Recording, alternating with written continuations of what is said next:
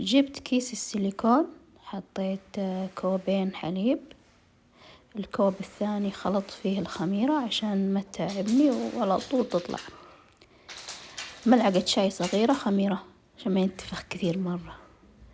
أحط أول شي السوائل في هذا الكيس السيليكون، بعدها أحط الدقيق. حطيت كوبين حليب، ملعقتين سكر، 4 أكواب دقيق. لكل كوب حليب كوبين دقيق، احفظوه. لما تضبطون المقادير من البداية ترتاحون، فضبطوها من البداية. سكرت الكيس وعجنتها. هنا إذا لاحظتوا إني نقص علي الدقيق، رجعت فتحت الكيس وزودت دقيق، لكن اضبطوها من البداية. 5 دقايق ما تاخذ. أعجن بالسيليكون، خلاص جاهز. أخليها على جنب. والله ما خليتها إلا يمكن 15 دقيقة على ما جهزت الحشوة. انتفخت. وهنا يجي إنه أنتوا تحطون خميرة في كاسة الحليب. أوكي، هذا كان بث قبل كم يوم، وفي ناس طلبوا مني الطريقة، ورجعت حملت الفيديو ومنتجته من جديد. 400 جرام جبنة فيتا، أي نوع، المراعي أو أي نوع. في نوع اسمه فييلا، كان مرة حلو، جربته لأول مرة وكان مرة ممتاز. المهم 3 بيضات، ربع حزمة بقدونس، ونخلطها. راح تلاحظون إن العجينة يعني الحشوة سائلة عادي، زيها زي تشيز كيك والأشياء الحالية، بس هذه حالية وهذه مالحة. تدخل الفرن تمسك في بعض.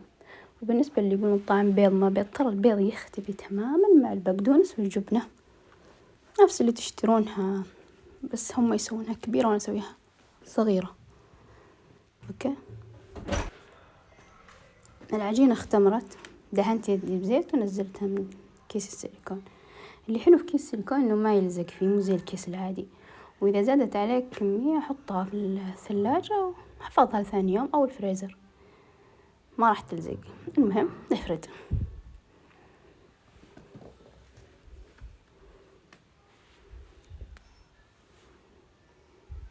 نفردها لين توصل للسماكة المطلوبة،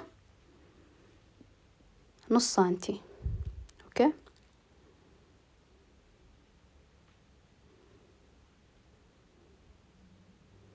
لأنه ما نبغاها تطلع كثير وتنتفخ وتصير دبة شوي. هي راح ترتفع من نص، راح تصير 1.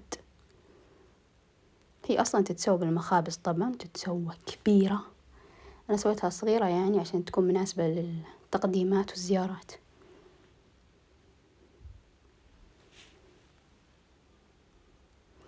جربت واحدة أول شي قفلتها بعدين حشيتها، والثانيين حشيتهم بعدين قفلتهم. كلهم كويسين، ما في مشكلة.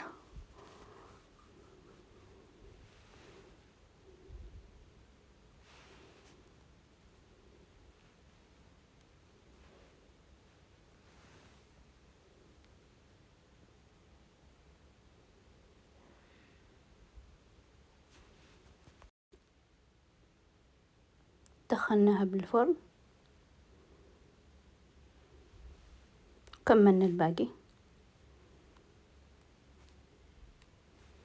وزي ما قلنا لا تستغربون الحشوة مرة سائلة، راح تفاجئكم.